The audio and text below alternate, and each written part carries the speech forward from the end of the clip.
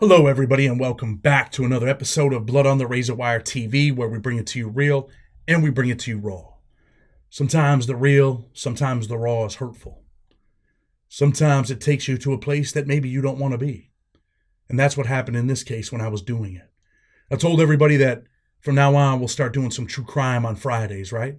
A lot of our stuff is true crime, whether we're interviewing people that have committed crimes and gone to prison, former guards, former cops, whoever it is. But today we're going to take you into Kansas. We're going to take you into Missouri. And one of the most wildest things I could ever imagine. Something that made me feel or want to say something that some people might be like, damn, bro. But in reality, this is how I feel. It's real and it's raw, right? This is a dude that should be buried under the jail. This is a dude that, I'm going to be honest with you, should never walk out of prison. I've told people a long time ago I'm against the death penalty unless you do something to a youngster. If you do something to a youngster, I think you should meet your fate. I think that you should be in the position knowing that what you did, you're now going to meet the same fate that you brought to that young child. You're going to meet this fate. So let's get into it. Blood on the Razor Wire TV. During the late afternoon to early evening on July 18, 2014, the unthinkable would happen. Marcus McGowan and his girlfriend, Christina Harris, had a verbal disagreement because Marcus believed Miss Harris was cheating on him with other men. Marcus and Miss Harris had been involved in an on-again, off-again relationship for more than 5 years. During this disagreement, Marcus insisted that he be allowed to review Miss Harris's Facebook app on her smartphone. This verbal disagreement escalated once they arrived at the residence where they stayed together with Miss Harris's 5-year-old daughter, Cadence Harris. The home was that of Marcus's grandmother. As this disagreement escalated, getting out of control, Miss Harris exited the car and ran to a neighbor's house where she called 911 at approximately 6:20 p.m. and reported that Marcus pulled a gun and threatened to end her existence.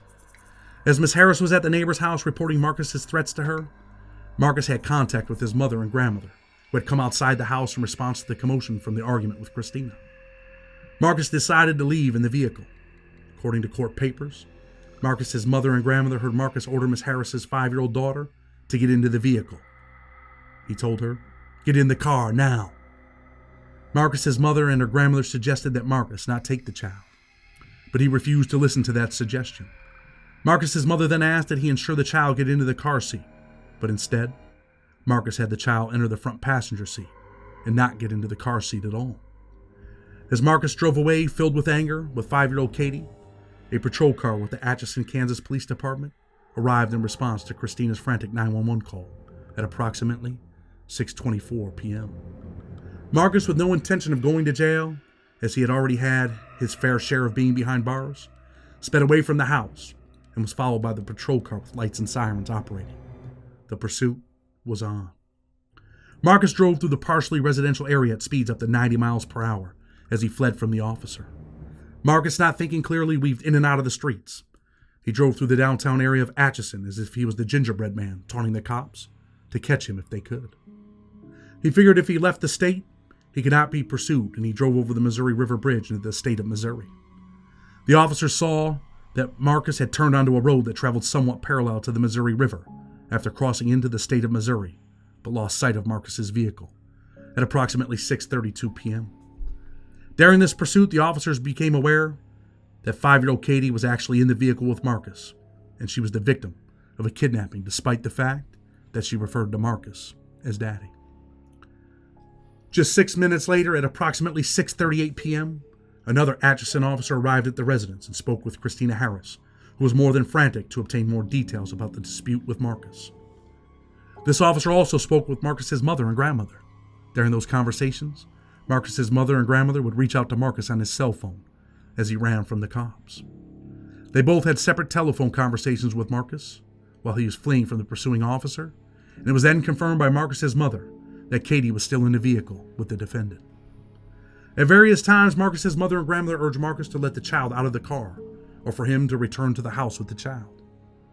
Marcus's grandmother reported to the officer that Marcus said the police were going to have to kill him. Marcus wanted the whole court in the streets of Missouri or Kansas. The coward's way, some will say. A negotiation officer wanted to speak to Marcus in an attempt to end this whole debacle peacefully. Marcus's mother and grandmother agreed to let the officer speak with Marcus because they knew that Marcus was familiar with this officer from his previous dealings. Once on the phone with Marcus at approximately 6:42 p.m., the officer attempted to persuade Marcus to return the child or leave the child with someone else. Marcus balked at that suggestion. But further into the officer's conversation with him, Marcus would demand that the officers bring Christina to the bridge and exchange her for the child. If you want the baby back, bring her mother. Marcus said in a desperate voice, "You know what? I'm tired, and I can't take it anymore." Once the cop told Marcus that they could not do what he wished, that Christina could not come to the bridge, he became even more angry and hung the phone up. And he would speed off into a violent rage. Marcus was all in destroying his life and those around him. During this period, Marcus's grandmother reached out to Marcus's sister and hoped she could calm him down or at least get Katie back to safety. She would leave work scared and feeling desperate, driving to the house as fast as she could. Marcus's sister also spoke with Marcus on the phone, and when she learned that Marcus was driving somewhat parallel to the Missouri River, they arranged to meet near a winery in Missouri. Marcus's sister then drove away from the residence in Atchison. But would she be able to change the direction of what fate had already had in store? Probably not. After Marcus turned onto the country road that ran somewhat parallel to the Missouri River, no law enforcement officer was following him. He felt a sense of relief, if only for the moment. He had gotten away, but for how long? Approximately 40 minutes later, at 7:19 p.m., a deputy with the Platte County, Missouri Sheriff's Office was driving on a highway and spotted the vehicle that had been reported by Atchison as that of the one that Marcus was in. Things were serious now, and the situation was intense. Being 5-year-old Katie was along for the hellish ride. She would scream and cry in desperation. Fear. Fear from the person that she thought was her dad. What would Marcus do? What was he capable of? The deputy spotted Marcus near the winery where Marcus told his sister that he would meet her. Marcus knew the cops were on his tail once again. He decided to drive toward Weston, Missouri, and away from the winery where his sister was waiting to meet him. The deputy followed Marcus, but did not activate his lights or sirens. Marcus knew that he was there, no matter what. Officers with the Weston Police Department had positioned 2 patrol vehicles on parking lots adjacent to the intersection of 2 highways in a clearly visible fashion to Marcus as he drove through the small town at approximately 7:24 p.m. As Marcus approached the intersection, he too felt a fear. He drove around 2 other vehicles, stopped at the red light, and now he would accelerate through the intersection, at which point the Platte County deputy and Weston officers activated their lights and sirens and began their pursuit of Marcus. Would this be the cause of the evil that was waiting in the distance? The evil that was brewing inside the vehicle? A short time later, while Marcus was being pursued, the officers thought Marcus had taken shots at them from his vehicle. But did he? Marcus fled from the cops at speeds exceeding 100 miles per hour. During this pursuit, little Katie was still screaming. The deputy noticed the driver's side window of Marcus's vehicle was opened, and an item was held outside, at which time the deputy heard a distinct pop, which he believed to be another gunshot. These observations occurred while traveling a long, straight portion of the highway, when Marcus noticeably reduced his speed, as though Marcus was attempting to lure the officers closer. What was he doing? Was he all in? The pursuit continued on the highway until Marcus turned west and drove across the Missouri River on another bridge about 26 miles south of Atchison into Leavenworth, where additional officers were waiting. They began assisting with the pursuit at approximately 7:31 p.m. He had to be stopped. There was a 5-year-old in the car after all. Cops would put up a barricade in hopes of ending this dangerous situation, but it was only the beginning of what was to come. Marcus drove through the construction barricade on the highway near the northwest corner of Leavenworth, which is another route from Leavenworth to Atchison.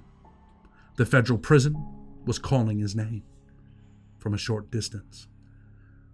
A short distance after crashing through the barricade, Marcus stopped the vehicle on an unfinished portion of the highway under construction at approximately 7:33 p.m. After stopping his vehicle, Marcus exited with a 9mm pistol pointed at the cops, who had arranged their vehicles behind him. He wanted court to be held right here, right now. He wanted to be adjudicated guilty and sentenced to death, and he wanted the cops to be the executioners. He knew in that moment that he had already done the unthinkable and that there was no way of ever fixing what he had just done. But what is it that he did? The officers repeatedly instructed Marcus to put down his gun, but he continued to point his firearm at the officers. Because Marcus continued to point his gun at the cops and refused to drop the firearm, the cops would return fire and hit Marcus, who would then fall to the ground. But the devil would not be so kind as to let this heartless man leave the world so freely. Despite falling to the ground, Marcus continued to hold the gun and appeared to engage in actions so it would fire again. At least 16 more verbal commands were given by officers, according to court papers, for Marcus to drop the firearm, all to no avail. So an officer fired again, striking him, at which point he dropped the gun and stopped moving. But was that it for him? Once Marcus stopped moving, officers immediately approached Marcus, and another went to the front passenger door of his vehicle to check on the child. And there he saw her. Little Katie, with lots of blood around her mouth. The officers removed Katie from the car to provide first aid, but she was pronounced dead on the scene by ambulance personnel at approximately 7:42 p.m. An autopsy was performed the next day, and Katie's death was determined to be a homicide, with the cause being an intermediate-range gunshot entry at the back of her head. According to court papers, the coroner noted there was searing of the skin and stippling adjacent to the entry. A wound was also noted under the child's chin, which was consistent with a bullet exit wound, which made it an immediately non-survivable injury with rapid death. In searching Marcus's vehicle, agents and officers found no evidence of bullets entering the vehicle. The front passenger compartment of the Marcus's vehicle was examined, and the blood was centralized in the area around the passenger door and the portion of the seat closest to that door. A hole in the front passenger door arm was identified that could have been made by a round of ammunition. The agents removed part of the exterior of that door and found a fired bullet that had not penetrated the exterior of the door. Was this the bullet that had taken young Katie's life? An impact mark was noted on the inside of the door where the fired bullet had likely hit. A spent Luger 9mm cartridge was found by agents in a rear seat cup holder of Marcus's vehicle. It appears Marcus held this Brico Arms Jennings 9mm pistol above Katie's head and pulled the trigger after crashing through the barricade and stopping the vehicle. The search of this murder scene included a 3D image scan, which included Marcus's vehicle and allowed software to be used in conjunction with the scan to depict the flight path of the bullet that went through the child's head and lodged in the front passenger door of Marcus's vehicle. That scan and software revealed that Marcus held his gun a short distance from the child's head while the child was facing the front passenger door. Heartless he is, and heartless he will always be. Marcus would be charged in federal court with kidnapping and would later plead guilty. He wouldn't go to a trial.